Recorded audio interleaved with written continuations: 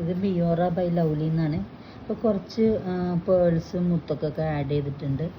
ഇതിപ്പോൾ പുതിയ ടൈപ്പ് കളറാണ്, ഡാർക്ക് പിങ്ക്. പിന്നെ ഇത് ഡബിൾ ഷെയ്ഡഡ് കളറ്, പിന്നെ ഒരു ക്രീമും യെല്ലോവും കൂടിയുള്ള ചേർന്ന മിക്സ്. പിന്നെ ഷുഗർ ബീഡ്സ് ഉണ്ടോ, സിൽവർ. ഇത് വെച്ച് ബ്രേസ്ലെറ്റ്, മാല എന്ത് വേണമെങ്കിലും ചെയ്യാം. ഇത് ഞാൻ പുതിയ ടൈപ്പ് പെൻഡൻസ് ആണ് മാലയുടെ ഒപ്പം ആഡ് ചെയ്യാൻ വേണ്ടി മേടിച്ചത്.